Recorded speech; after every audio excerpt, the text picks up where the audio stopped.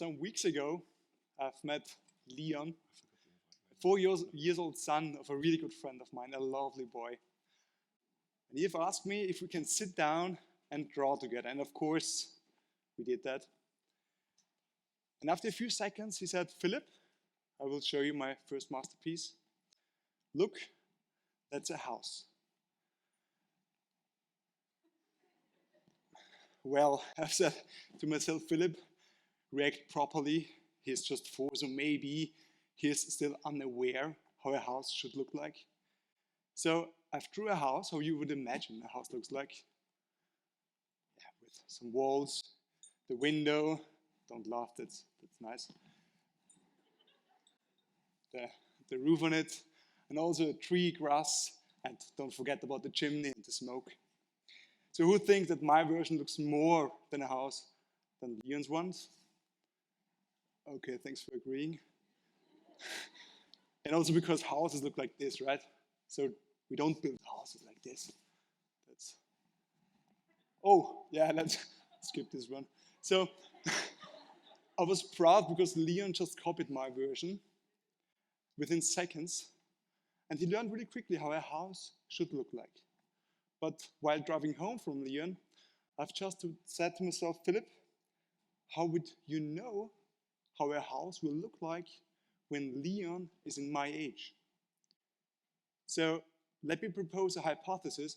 Maybe he's right, and we have to rethink the way we're building houses and structures in general because of, I don't know, external triggers like the extraordinary increase of population or the lack of resources or climate change. So maybe Leon is right, and we have to build houses like that, and buildings and hospitals, and I don't know. And all of us are wrong. But let's get started. That's us, for students, for economic students, with an innocent goal to start a company and to make their world a better place. I said economic students, that's important.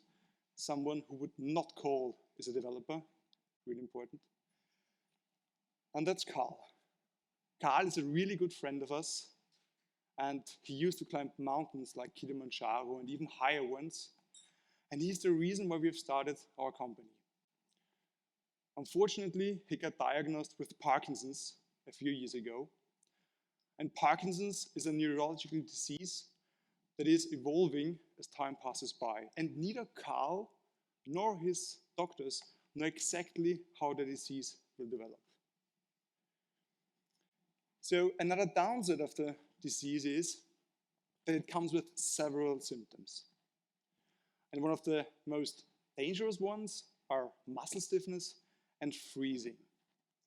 I'm not talking about getting cold, but I will explain you. When a patient is freezing, they're walking down the streets, and without any warning, they have to stop. They freeze. And in order to be able to get out of this freezing episode, they need an external stimulation. It can be, for example, a visual one or a trigger. The most effective one is a trigger, for example, a clap on the leg. Then they are able to walk fluently again. In the worst case, the patients are leaning forward, fall, break any bones, and have to go to hospital. You probably have never heard about these freezing episodes, but no worries, me neither. I had absolutely no clue about this before I've met Ines. Ines is the reason why I'm standing here today, and unfortunately, she did not make it because of Mr. Corona, but she's getting pretty well, and I try to do it on my own.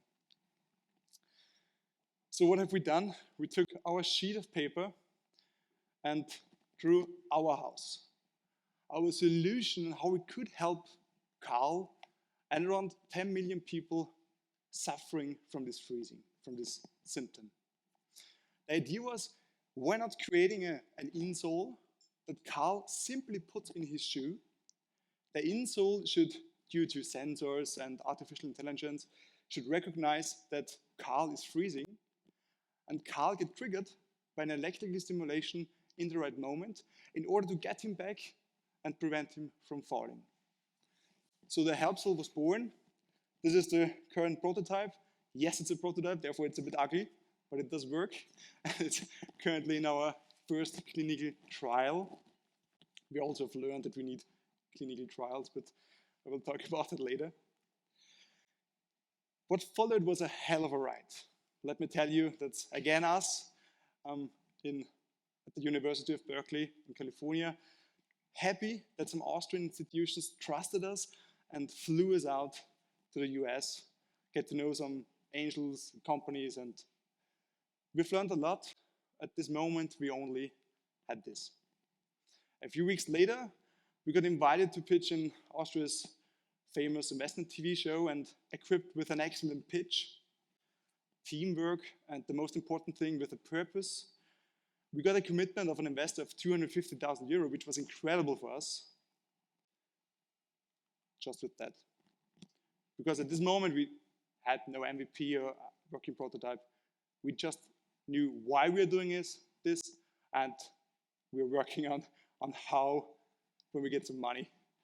So, knowing that the investment of the investment TV show is in place, we starting hiring a team, getting an office, buy the first equipment. So we had the first expenses. But unfortunately, we almost forgot about our business focus because of winning one startup competition after each other, getting covered by newspapers and magazines. Only with that, we were overwhelmed with the amount of awareness.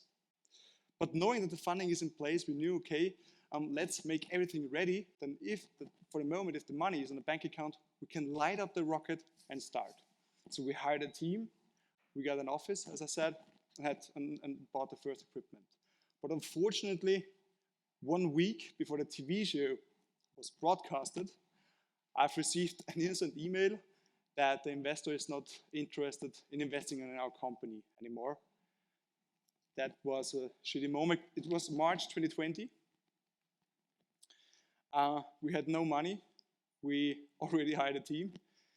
We had an office. And we had a lot of challenges that facing us at this moment. And as we all know, 2020 March, a global pandemic changed everything. But we had us, a team who could not be more diverse as we are. And with diversity, I'm not talking about gender or where you come from. I'm talking about how you face and how you handle challenges. For example, Andreas, the one with the crazy hair, he is the most chill guy when everybody else is scooping out the water from the boat. And he say, okay, let's lean back, let's observe what's happening, how should we do that or that. And you need team members like this, complete different team members and different mindsets. And by knowing that we have to create a tool for Carl and millions of people around the world, this idea has reaffirmed us to simply keep going without any perspectives or money. Let's back to get a backpack. Because what we have learned is that the startup is like going on a hike. When you want to reach the top of the mountain, you have to be prepared. And when you grab a backpack, you put everything inside you would need. For example, a sweater to change, a shirt to change, some socks, water, a map that you know where you should go, more water is always good, some snacks and maybe even more snacks. Everybody loves snacks. And when you close it, you strap it on, and you first recognize the weight of the backpack. And it's way heavier than we thought before. But at this moment, it's not about the weight of the backpack, it's about the hike. And it's about the question, how do we achieve the top of the mountain? And if it's too heavy for me, I will just hand it over to Ines or to Andreas, and together we will carry the load to the summit. And while walking up, the weight of the backpack will decrease because we drink some water, we make pauses, rest, eat snacks, so it will be easier to walk up. And what I've also learned is that quotes like this all depends on how determined you are to be successful. Richard Kiyosaki. I love quotes like this, but I usually forget about them when I really would need them. So what we are still figuring out is how can we handle low points? Another low point was, as we recognized, that we need way more money as we thought before. Because when you go on a hike, you need devices, you need items. You go in the shop, buy these items, and ready to go. For a medical device, you need a bunch of capital. Right now, we know that we need 1.5 million euro in order to achieve go-to-market. These 4 innocent students had not have 1.5 million euro in a bank account. In the beginning, 2 years ago, we thought we need 500,000 euro. So the amount tripled within 2 years from conception to reality. But the good thing is, if someone would have told us in the beginning that we need 1.5 million euro, we would not have started the business, for sure. So when you want to build a device without knowing that a medical device and that you need medical trials, approval as a medical device, when you have no clue, sounds worse, right?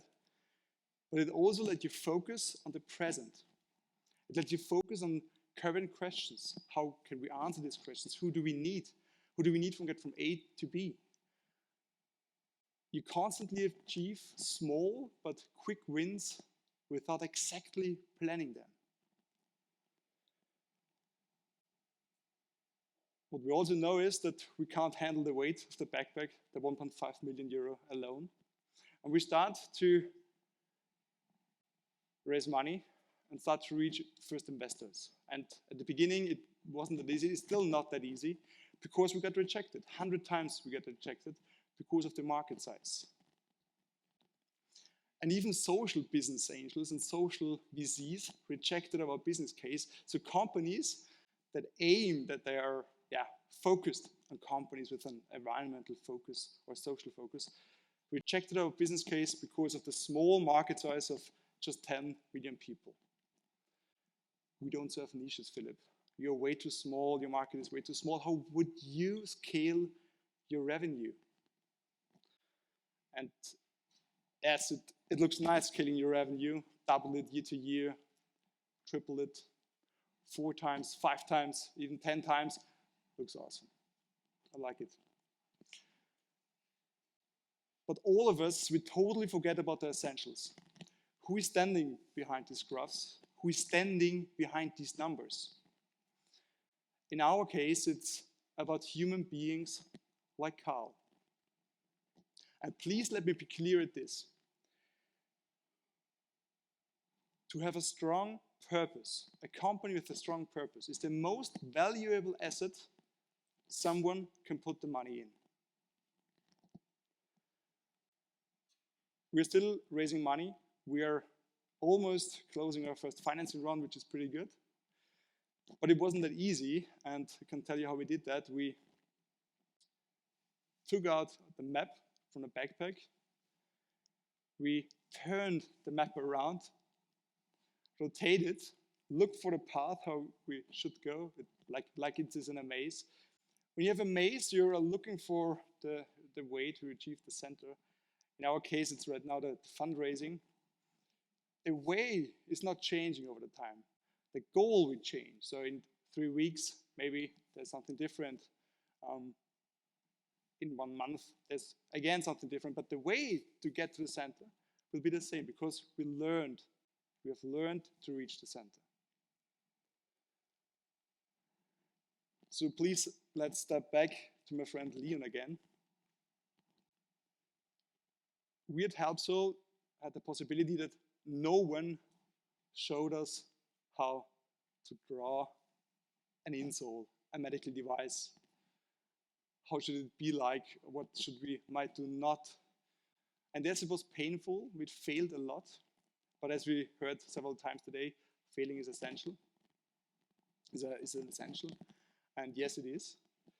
But what if I would not have told Leon that the house does not look like this?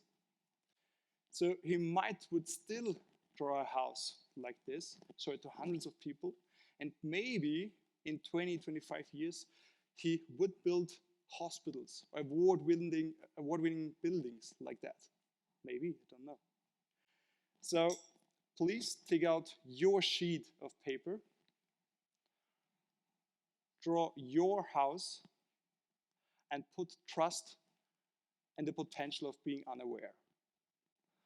Thanks a lot. It was a pleasure.